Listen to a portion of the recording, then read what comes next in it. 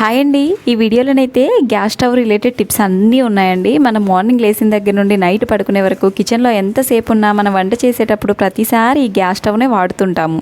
ఆ గ్యాస్ స్టవ్ని మనం చిన్న చిన్న టిప్స్ కనుక ఫాలో అయ్యాము అనుకోండి, మనకి ఎన్ని సంవత్సరాలు ఉన్నా సరే రిపేర్కి అనేది రాదు, చాలా మంచిగా వర్క్ చేస్తుంది.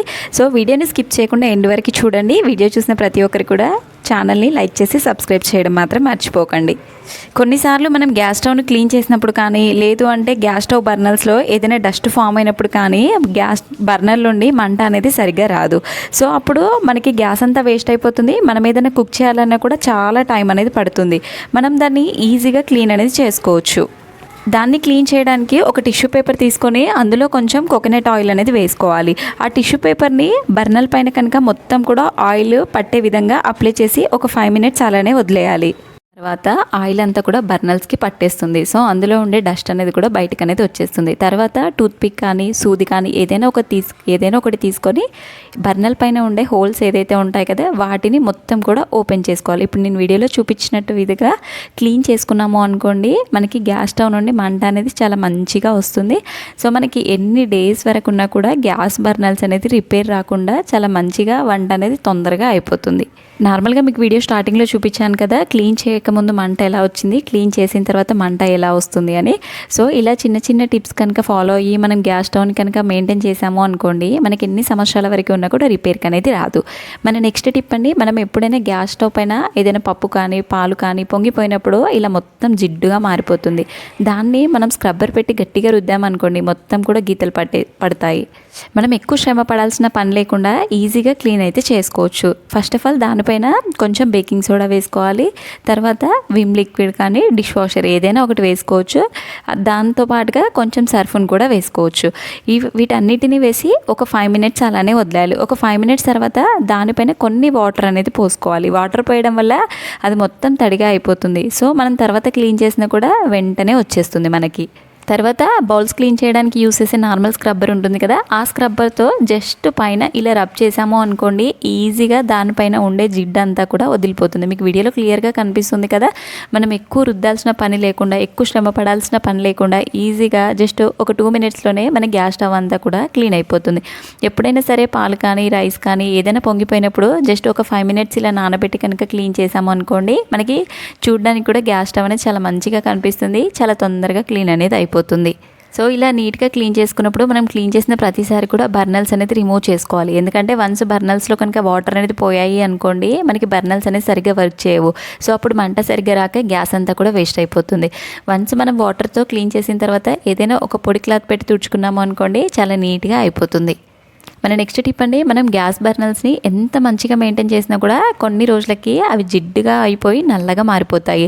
అలా గ్యాస్ బర్నర్స్ నల్లగా మారిపోవడం వల్ల మనకి కొన్నిసార్లు మంట అనేది తగ్గిపోతుంది. సో అప్పుడు మనం స్టవ్ పైన ఏదో కుక్ చేయాలన్నా కూడా చాలా టైం అనేది పడుతుంది. దాన్ని ఎవ్రీ 15 డేస్ ఆర్ 1 మంత్కి ఒకసారి నేను చెప్పిన విధంగా క్లీన్ చేసుకోండి. బర్నర్స్ అనేది చాలా మంచి షైనింగ్ అనేది వస్తాయి.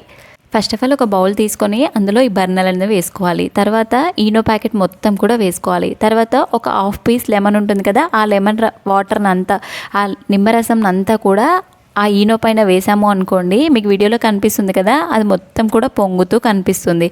ఈ రెండింటిని మిక్స్ చేసి అలానే ఒక 10 to 15 మినిట్స్ అనేది అలానే వదిలేయాలి.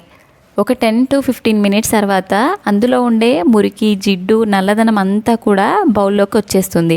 తర్వాత ఈ విమ్ లిక్విడ్ ఉంటుంది కదా, దాన్ని కొంచెము ఆ బర్నర్ పైన అప్లై చేసి మనం యూస్ చేయని టూత్ బ్రష్తో గట్టిగా రుద్ది మనం కనుక క్లీన్ చేసాము అనుకోండి, దానిపైన ఉండే నల్లదనం అంతా కూడా తొందరగా వదిలిపోతుంది. మీకు వీడియోలో కనిపిస్తుంది కదా, మనం క్లీన్ చేస్తుంటేనే పైన ఎంత జిడ్డు మురికి అనేది పట్టేసిందని జస్ట్ నేను బ్రష్తో ఇలా రుద్దిన తర్వాత క్లియర్గా మీకు అనేది డిఫరెన్స్ అనేది అర్థమైపోతుంది.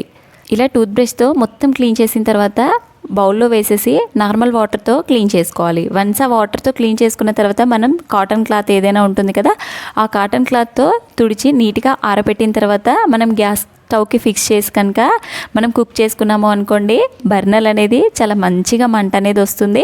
మనం ఎక్కువ శ్రమ పడాల్సిన అవసరం లేకుండా మన గ్యాస్ స్టవ్ అనేది చాలా సంవత్సరాల వరకు కూడా పనిచేస్తుంది. ఎలాంటి రిపేర్ అనేది రాదు. సో బర్నర్స్ కూడా చూడడానికి చాలా నీట్గా కనిపిస్తాయి. మన నెక్స్ట్ టిప్ అండి, మనం గ్యాస్ సిలిండర్ ఫ్లోర్ పైన ఎక్కడ పెట్టినా సరే తుప్పు మరకలు అయితే కంపల్సరీ పడతాయి. సో ఆ తుప్పు మరకల్ని క్లీన్ చేయాలంటే చాలా కష్టపడి చాలా రుద్దాల్సి ఉంటుంది. సో మనం ఎక్కువ శ్రమ పడాల్సిన అవసరం లేకుండా మనం గ్యాస్ స్టవ్ తీసుకొచ్చిన వెంటనే మనం ఇంట్లో యూస్ చేసే ఫాన్స్ క్రీమ్ ఉంటుంది కదా, ఆ క్రీమ్ మొత్తం కూడా ఏదైతే గ్యాస్ సిలిండర్ ఉంటుంది కదా దాని అడుగు భాగానికి అప్లై చేసి కనుక ఫ్లోర్ పైన పెట్టాము అనుకోండి, మనం సిలిండర్ ఎక్కడ పెట్టినా సరే తుప్పు మరకలు అనేది పట్టవు. సో మనకి క్లీన్ చేసే బాధ తప్పుతుంది. ఇలా చేయడం వల్ల బొద్దింకలు, పురుగులు అనేది కూడా రావు. మనం సిలిండర్ ఫ్లోర్ పైన పెట్టినా సరే ఫ్లోర్ అంతా నీట్గా ఉంటుంది.